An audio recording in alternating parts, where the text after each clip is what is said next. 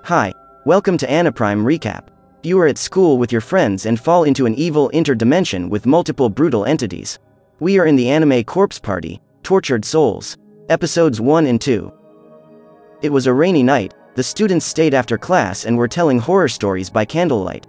A dark legend about the cursed Heavenly Host Elementary School that was many years ago in the same place of the school they were at this moment. According to legend, a teacher fell down the stairs and died. Since then, her ghost has been wandering in the halls. Always followed by a blackout, she knocks on the door and asks, "Is anyone still here?" For the group's despair, at that exact moment, they heard someone knocking on the door of the room. The candle goes out and the question asked left them terrified. Was it the ghost from the story? In reality, it was just Sensei Yui.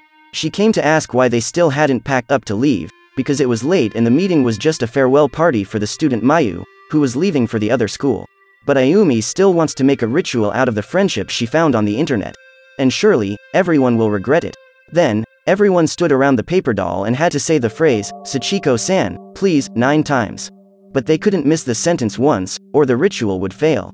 Despite being a little afraid to play with it, they decided to repeat it 9 times. Now they needed to reach out and grab some part of the doll. And then, everyone pulls together and is left with a piece of paper. Ayumi says that as long as they keep the piece of paper, they will always be connected as friends. Everyone thought the idea was fun, and it was time to pack up to go home. But a big earthquake came and destroyed the whole school. The teacher tells them to take cover under the desks, but the floor opens and everyone falls into a dark hole. Upon waking up from that chaos, the student Naomi finds herself in a terrifying and sinister room and sees Seiko unawake on the other side. She calls her friend and the two try to understand what is happening and where they all ended up. They're unable to open windows, and the cell phones have no signal. The place has a disturbing atmosphere with strange sounds and voices. The girls decided to investigate the corridors, and an entity began to silently follow them. Naomi noticed that the school looks different, as if it were an elementary school due to the small desks. Seiko asks her friend to borrow an ointment and goes to the bathroom next door to use it. Naomi ends up getting an absurd scare as she looks at herself in the reflection of the clock. Certainly, there was an entity watching the students. The girls found an access ladder to the ground floor and thought they had finally reached the exit. When they try to open the door together, they fail. It's blocked. Naomi is still hearing voices around her. They thought it best to find some room to get some rest and get their heads together. As they talked about the friendship ritual, Seiko says that she will never walk away from her friend Naomi again. However, she realizes that she has lost her piece of paper in the ritual. She thinks she dropped it while she was in the bathroom and says she'll check it out and come back soon. Seiko goes down the hall and thinks she hears Naomi's voice. But when she turns around, she sees the girl's body split in half. A very horrible scene. The clock in the hallways, that had once stopped, now started working again. Naomi feels like something is holding her body, because she can't move anymore. An intense paranormal activity takes over the room. The demoniac creature appears and enters through Naomi's mouth, who can't scream for help. She hears Seiko's cry for help and finds the strength to escape the entity. But the thing is intangible, you can't hurt it. The doors are sealed with long strands of hair. Desperate, Naomi manages to remove it and jump out of the room. Even though the creature had disappeared, the terror had only begun. Thinking it would be Seiko sitting on a chair, Naomi panics as she realizes it was a disgusting corpse. Again, the girl's entity appears with blood dripping from her mouth and disappears with Seiko's arrival. The situation becomes even more tense, as all this situation causes a psychological imbalance in the girls. Naomi is extremely furious with Seiko, saying she took her time and left her alone, blaming the girl for almost dying. Clearly, this left Seiko shaken and she wanted to run away as she felt extremely guilty. Naomi ended up regretting what she said and went looking for her friend. Along the way she found many destroyed bodies. Guided by the ticking of the clock, she found the ointment she'd lent Seiko just before. Maybe her friend was in one of the bathroom stalls. When opening one of the doors, Seiko was hanging by a rope. Even though she was still alive, she was panicked and unable to breathe. And instead of lifting her friend's body, she tried to help by pulling her down, which only made it worse. Then she tried to run and grab a bucket to support Seiko's feet. But look at this disgusting situation, full of guts and worms. She managed to throw the filth away, but when she got back to the cabin, her friend was dead. The entity seems to have loved the girl's end. But Naomi was collapsing. An unknown girl appears right at the door of the bathroom and says that Seiko died as a victim of the phenomenon called darkening. All students within this reality who are touched by the curse lose their sanity, and become psychopaths who will wander forever, killing everyone in their way. In Seiko's case, in order not to get lost in madness, she preferred to take her own life.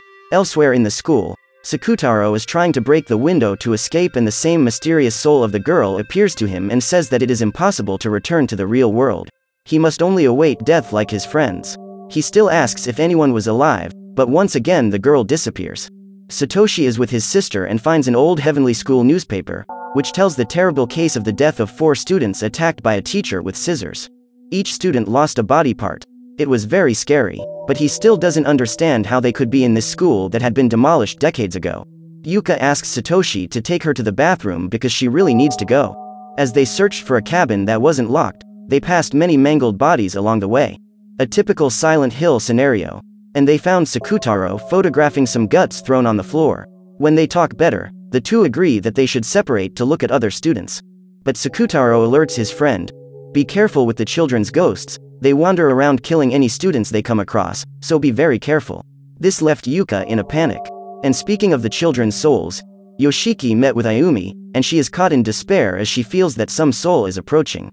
A boy with scissors attacks them, asking who wants to die first. He would end their lives if it wasn't for the presence of the mysterious girl again that scared away the evil spirit. That girl is Naho-san, a former psychic student from the old high school, who was trapped in this dimension and ended up dying. She looked for several ways to escape, and after a long time, she had found a way. Yoshiki asks how they could do that. And it's not that simple. The dimension is the work of the 4 children who died in that horrible newspaper case. If the living students can calm them down, this dark reality could collapse and throw them back into the real world. And for that, they need to find the culprit of the crime and make him confess. And there's one more detail. The two ask if they can find their friends in that reality, and Naho-san says that it's not possible, because even if they are in the same place, if they don't exist in the same space, they will never meet. Naho-san turns into a doll and leaves the students in terrifying silence. Teacher Yui is walking through the halls and hears Mayu's voice. When opening the room, she sees the girl talking to 2 tenebrous souls. One without part of his head, called Tokiko, and another without eyes, with the name of Yuki. She orders Mayu to leave immediately. But the girl says that children need company. When Sensei approaches, she is thrown away by the entities. She tries to yell at them to leave her student alone. But the souls lift Mayu by the legs and drag her face violently across the floor, blasting the girl into the wall. Really brutal. And it's not over yet. The sensei is struck by a mysterious man. Sakutaro is still looking for Mayu, he is very fond of her. What you may not know is that he is a complete psychopath and decides to look at the photos he took of the corpses to feel a little better. The plot twist comes now. He gets a call even though there's no signal, and Mayu's voice keeps repeating, "Don't look at my guts, don't look at my guts," over and over. Of course, now he was in shock.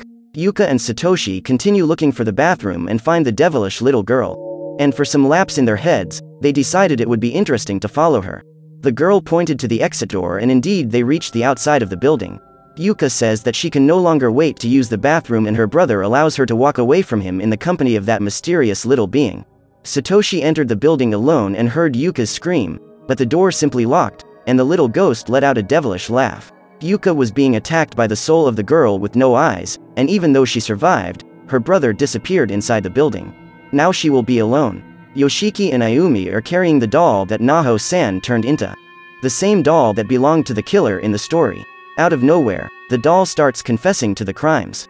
Yoshiki is startled and bumps into a wall, revealing a small bag with the name of that psychopathic scissor ghost. Inside it was a cut tongue, and they were able to confirm that it belonged to the boy Yoshizawa. His ghost rises in fury, ordering his tongue back. He moves towards them and starts to choke Ayumi. She reaches the boy's tongue and shows it to him, and his fury disappears like magic. His soul was purified and was finally able to leave that dark reality. The friends realized that this was the strategy. The 4 children need to have contact with their removed body parts for them to find peace. Yoshiki used the same strategy for the headless and eyeless child. But Shinozaki Sachiko is the girl in the red dress, and unlike the others, she is not a simple soul, and the challenge will be much greater. Yuka is still desperately looking for her brother and finds Sakutaro splitting corpses with a crowbar. The psychopath asks her to come closer, saying he wants to help her find Satoshi. But Yuka realizes the trap and runs away. She hides inside a hole in the floor, listening to Sakutaro's footsteps. When suddenly, a boy's head appears in the hole. It's Kizami Yuya, a second-year student. He helps the girl to get out of there and says that he too played the friendship ritual and got stuck in the dimension. They are surprised again by Sakutaro. He still wants to get Yuka to record her on his phone. Kizami goes towards him and stabs the knife into his neck, a lethal blow. Kizami turns around with a dark look and only says that he will protect Yuka forever as she is his precious sister. The girl screams in despair, and the first 2 episodes of Corpse Party have come to an end. So what did you think of this anime? Leave it in the comments below. And if you liked the video, like and subscribe for more horror anime. See you next time.